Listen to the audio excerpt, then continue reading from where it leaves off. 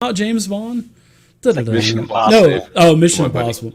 Well, I don't watch that crap. I'm not a huge James Bond fan, so or Mission Impossible. So, all right. So this is what you guys see. I'm going to place all of your tokens. There is a small room, and like I had told Pernicious already or Holmgren, this is sort of like an entry point to where there's like hooks on the wall to where you can put coats. There's a couple of mannequins where you can don armor and stuff like that. And on the right, there's these 4 or 5 frescoes or tapestries that are on the wall. Actually, they're tapestries. And what are they of? A middle-aged woman, definitely a queen, and or someone of significant importance, royalty, etc. So yes. If you I point out to everybody that the boots on the fresco. Yeah, and I so say, this must be where the queen's boot got started. right. Why don't anyone that can cast magic give me an intelligence check, and if you have spirit, add in that bonus as well.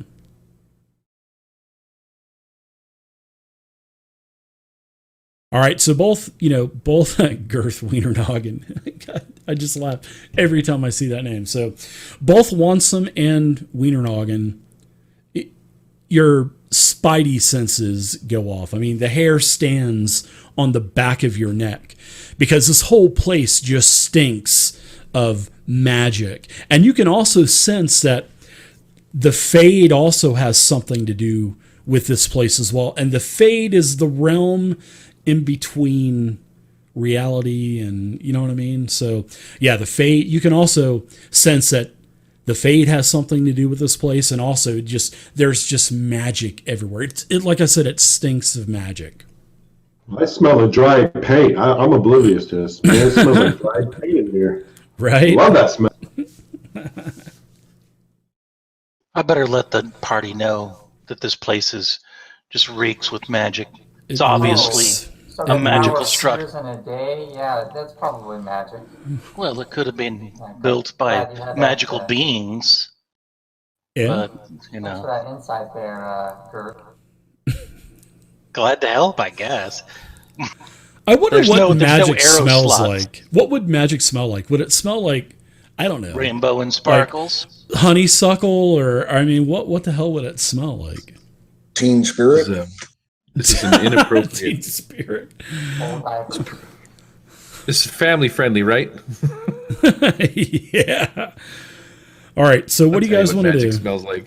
There's a door in front of you. Big double door. hang my cloak up. Door for traps.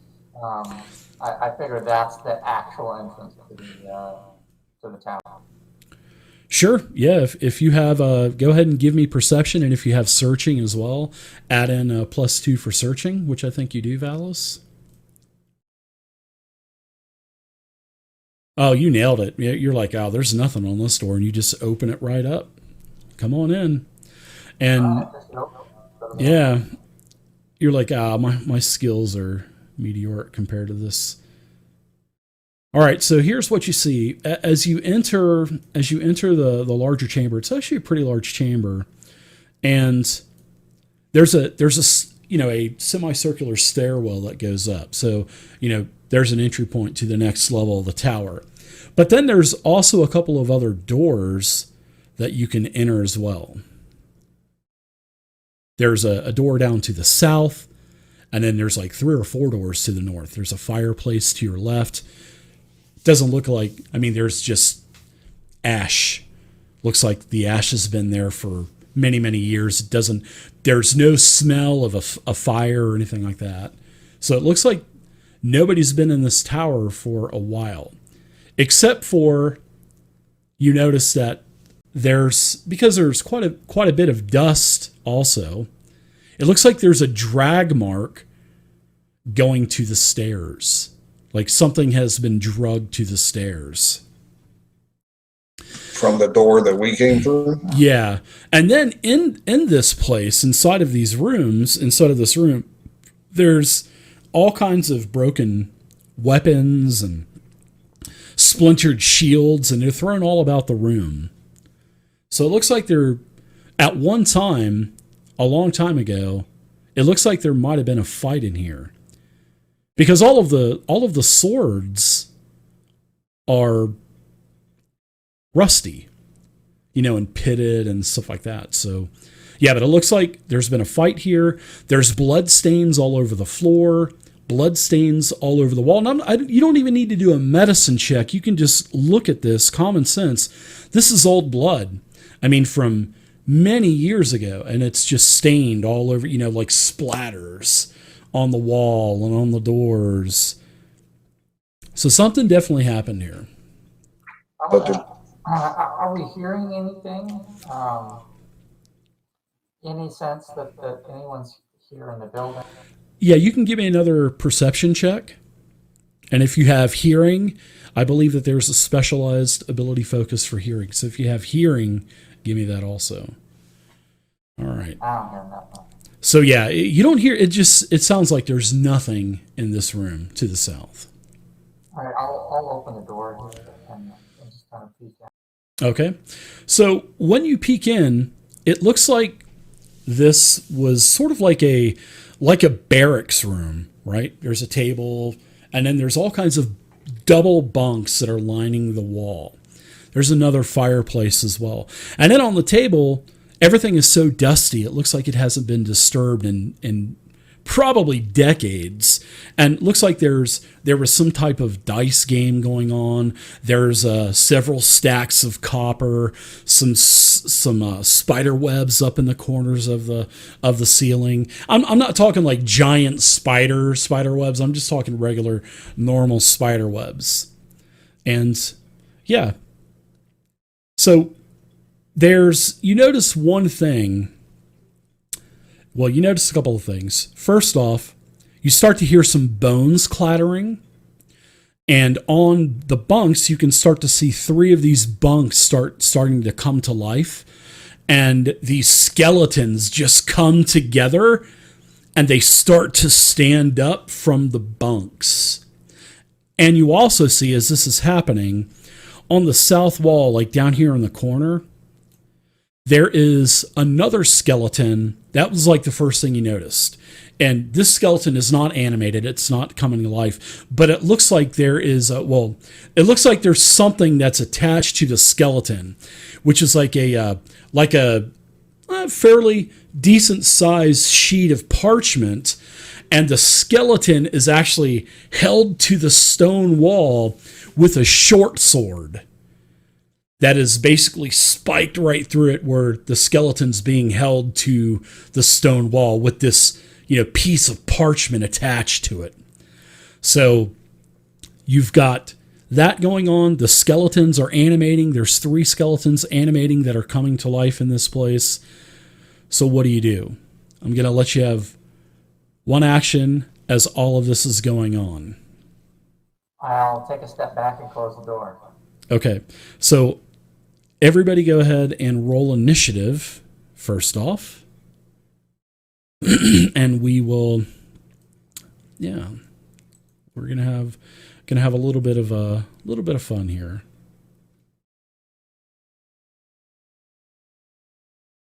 All right. Let's see. So it's just dexterity?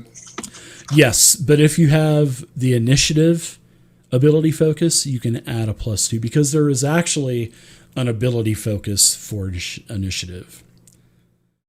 Okay, so as you get back, you shut the door. Can I say skeletons in there, guys? Yeah, because as soon as you say that, you guys can start to hear the same type of bones and stuff clattering behind you as the door beside you, Holmgren, it opens up and a skeleton appears. So I'm going to go ahead and roll initiative also for the skeletons. And my initiative is not too good. So did you guys actually put your initiative inside of the combat tracker? Did you guys do that by chance? I didn't, no. Okay. Can you guys enter the numbers? Check to see if you can enter the numbers yourself. Let's test that. That's something that I didn't cannot. test. Cannot do it. Okay. So let's see. I'm going to look And at. my number is wrong. Sorry. Well, yeah, that's because it was from last session. So I will go ahead and I will add your initiatives. So there we go. Tracker does say round 9 at the bottom too, so I might need to refresh there. Yep. Just haven't changed it yet. Only got 2 hands there. I'm getting there. nice roll, by the way. Want some beats? Thanks, pal. I appreciate that. The old caboose. All right, so here we go. All right, door opens up. I need to get the map open. All right, skeleton appears. Here we go.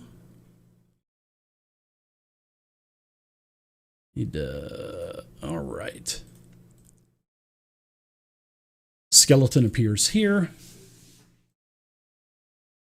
All right, so first up is going to be Pickaxe Pete with a 17. Okay, I pull out ready my pickaxe and I charge the skeleton. Okay. Well, yeah, there you go.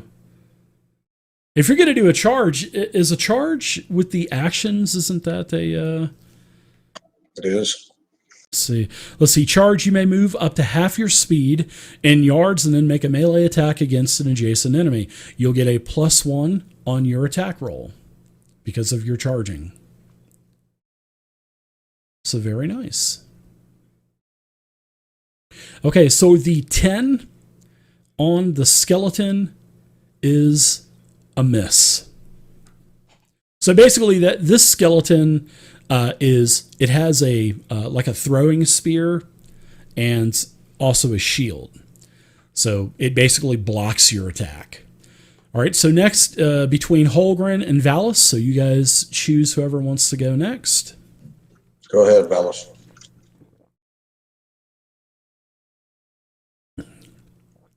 All right, Valis.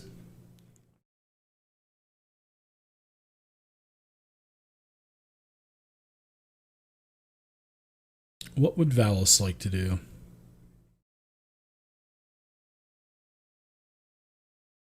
Hello, Balas. I wonder if he can hear us. Sorry about that. Yes, I can hear you. All right, no problem. He was just confused because you're not calling him by his Christian name. Exactly. Okay. You know, I was reading about backstab, and apparently I can do this. So I'm going to move from an unexpected direction, move forward to skeleton 1 and attempt to backstab. Sure. So I need to use my stealth opposed by Versus perception, is it? perception. Yeah. Okay. All right. Look at that. I like this. All right. So here's my roll. A 12.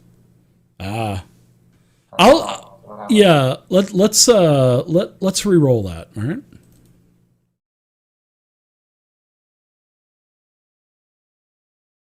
All right. So you got the advantage. You got backstab. Okay, excellent. Very so nice. I'll get +2 on my attack, and we'll do an extra Very nice. couple damage here if I'm successful. Very nice. All right, so your attack is going to be barely a hit. And Pickaxe Pete, your attack was barely a miss.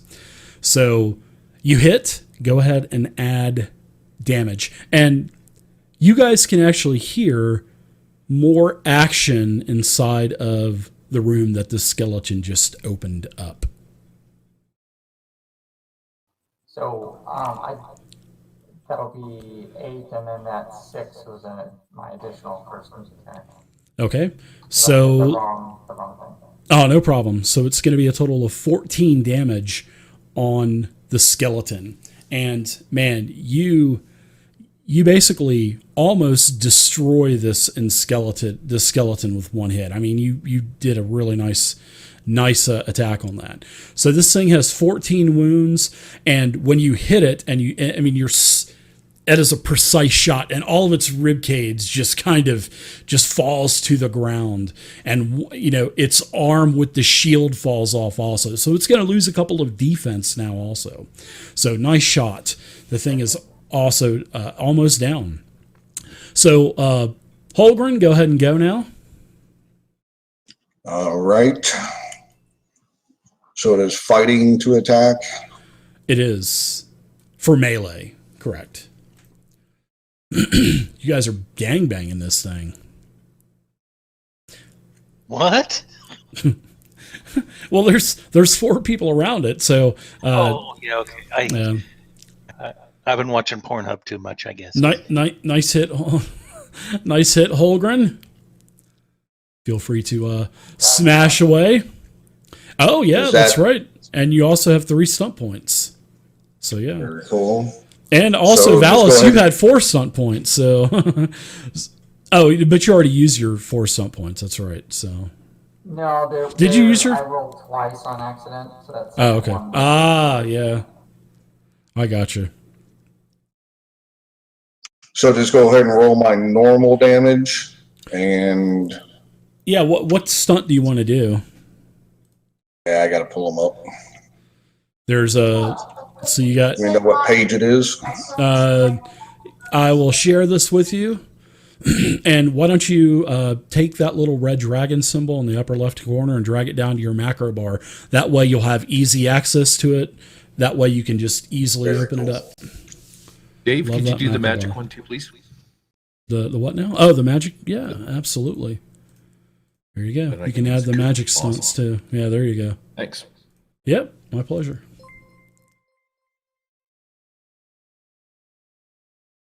All right, so 3 stunt points. Lots of choices. Mighty Blow give you 1d6 or So we did determine Push, you that the can push lightning it. attack is only for ranged attacks. let's see. Lightning attack, I believe, because there was something that, so you can make a second against, insight, you must have a loaded missile weapon to make, if you're going to, so you can use it for both. Absolutely. Yeah. Ranged or magic. And then I also looked up, Lance, where we talked about last time we played, if there was any kind of negating penalty for up close and personal, and I could find nothing. So it's just a regular attack. Cool. So yeah, if you're gonna go ahead and do a lightning strike, that'll cost you 3 points, and you can have a second attack. Even with melee. Even with melee, yeah. But you can do it with a ranged only if you have loaded. So if you had 4 stunt points, you could do the reload action for 1 point and then do lightning attack and get a second one. So look at that glorious ass goatee. Look at that. I think it's just like, it's like a perfect cone that goes down. It's like you can store water or something in it. Just kind of pop it off and just drink out of it and just kind of reattach it. Sorry, never mind. It takes a lot of time to look this good, man. So it's not all natural. It hurts. It hurts. Yeah, right, so I guess I'll do the lightning attack then. Okay, roll your. Let's see. Let's roll your damage on the first attack. And you basically just shatter this thing into a million splinters, basically. Okay. And then I can move. You can move, yeah. And you know what? I'll even let you have your lightning attack too. So when you move in, because this is a pretty, free-flowing game, rule-light game, here's what you see. As you start to charge into the room, Holgren, you can see that there is another skeleton on your right and another skeleton on your left over by the fireplace. Very nice. I'll go this way, and I will attack it. Okay, and use your nice hit. That's definitely a hit. And you're going to do 6 damage to the skeleton over by the fireplace. All right. So we'll go to Girth. Oh, Girth Wienernoggin, you're up. Nobody's cast any magic yet. I'm surprised. Well, I was getting ready to cast some magic, but I I thought I want to save it for a little bigger group than just 2 skeletons. If everybody rushed us, I was ready to do an area of. Yeah. Well, don't But I forget, think what I'm. your mana regenerates at 1d6 plus your intelligence, I think, every hour. So it's not like you have to get a long rest to get your magic points back. It actually regenerates every hour. So don't be afraid to cast those spells. I don't know if I'm afraid per se, but yeah, okay. I think you might. I'll keep it in Well, mind. remember, whenever you use magic and you fail and the wild die is 1, that's a magical mishap. So, you know. But so I wanted to use the blood wound, which kind of boils the blood of my enemy, just like in real life. And problem is I don't know if the undead have blood to boil. So I guess we'll Does it find say out soon enough. does it say that it does not affect undead? If it doesn't No. say that it doesn't affect undead, use it away. All right. So I'm gonna make a couple steps. What's the each And you square is said- how much? Did you say blood wound or is it Blood wound, yeah. okay? So yeah, you make the blood of all enemies within 12 yards of you boil, causing excruciating pain. All targets take 1d6 plus penetrating damage. Wow. And they need to do a Constitution stamina test against your spell power. So that's very nice. Those that fail can only take a minor action on their next turns. Wow, that's a devastating spell, actually. That's Dang. good. Well, you know, Yeah. I think this is like the first time, right? In the whole group, these guys have seen me Check- in action. Yeah, So check this I out. kind of take a couple of steps, just stride right in there, Targets and that don't have blood if- or similar substance are not affected by the spell. So you would what know it this. says? Yes, it does. It says it in the spell description. Targets without blood or some similar substance are not affected by this spell. Golems are not affected either. well, that blows. I guess I you should would have kept know reading. you would know not to cast this spell. I mean, you would know the ins and out of your magic, so you would know not to cast this. All right, so then I'm not going to run in that room. Then, Okay. Just FYI, I don't want to No get problem. pinned. I'll kind of just lay up against the wall here and look around the corner. Have my mace ready to go, or my quarterstaff ready to beat people to death. Okay. So you want to basically, I'll allow you to hold, even though there's no rules for holding actions or anything like that, I'll allow you to hold an action if you want. So if a skeleton comes running through the door, I'll let you have an attack. Absolutely. If you want. I'll do that. There, like I said, there's no mechanics for that in the game, but it's something that's not going to break the game. So I don't mind having some common sense there. So, all right. So we'll let you hold that action. Want some beats? You're up now, bud. All right, fantastic. I'm outside because I was making my way just to make sure that we weren't, getting snuck up on behind, making sure that the area is clear, nobody's coming up the hill doing that. Making sure you weren't getting backdoor with the old banana. right. Just making With the sure, case of making sure we had bananas? our bases covered. Yeah, I'm outside. I'm like Aldrich. You hear Aldrich? And then I hear this commotion inside, and I immediately cast rock armor, and I'll be back in 1 minute. All right. So you Spell takes forever. God damn it. You start casting, that's like 6 rounds. yeah. I'll But get it this lasts off for one how time. long though? How long does it 1 hour. last? 1 hour. You know what? Let's use a little common sense here. I will say that as you guys were approaching the tower, you cast it upon yourself. I mean, think about it. All right. You're going into a creepy place. You're going to want to be protected. So I will say, and I'm sure everybody else in the group will agree too, I'll say that you already did this before you went in. Cool. And if it's an hour, yeah. So deduct your mana points and then go ahead and do what you want to do. I mean, I'm not going to be a stick. Oh, you didn't say it. It didn't happen. I'm not going to be that type of DM. I mean, common sense, dude. You would have done it. I know I would have. Got my Morning Star whipped out.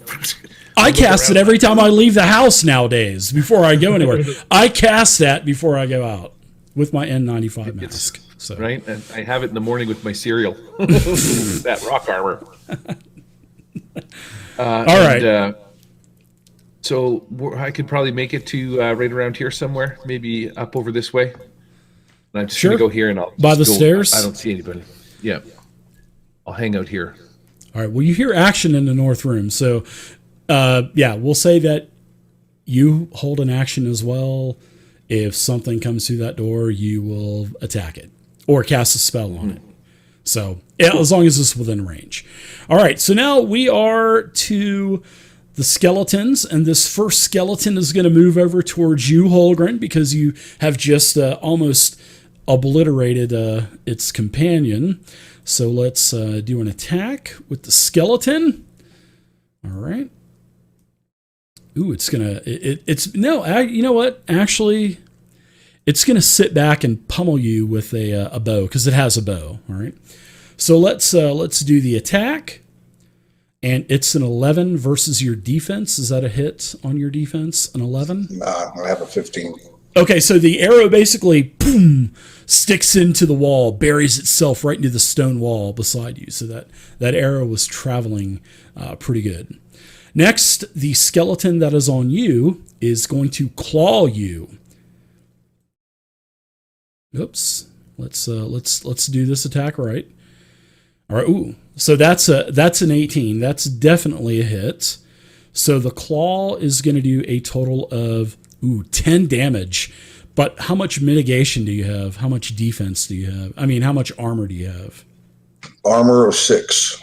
Ooh, wow. So you're only going to take four wounds, all right? But that still is a pretty hefty hit for the armor that you're wearing. So now let's the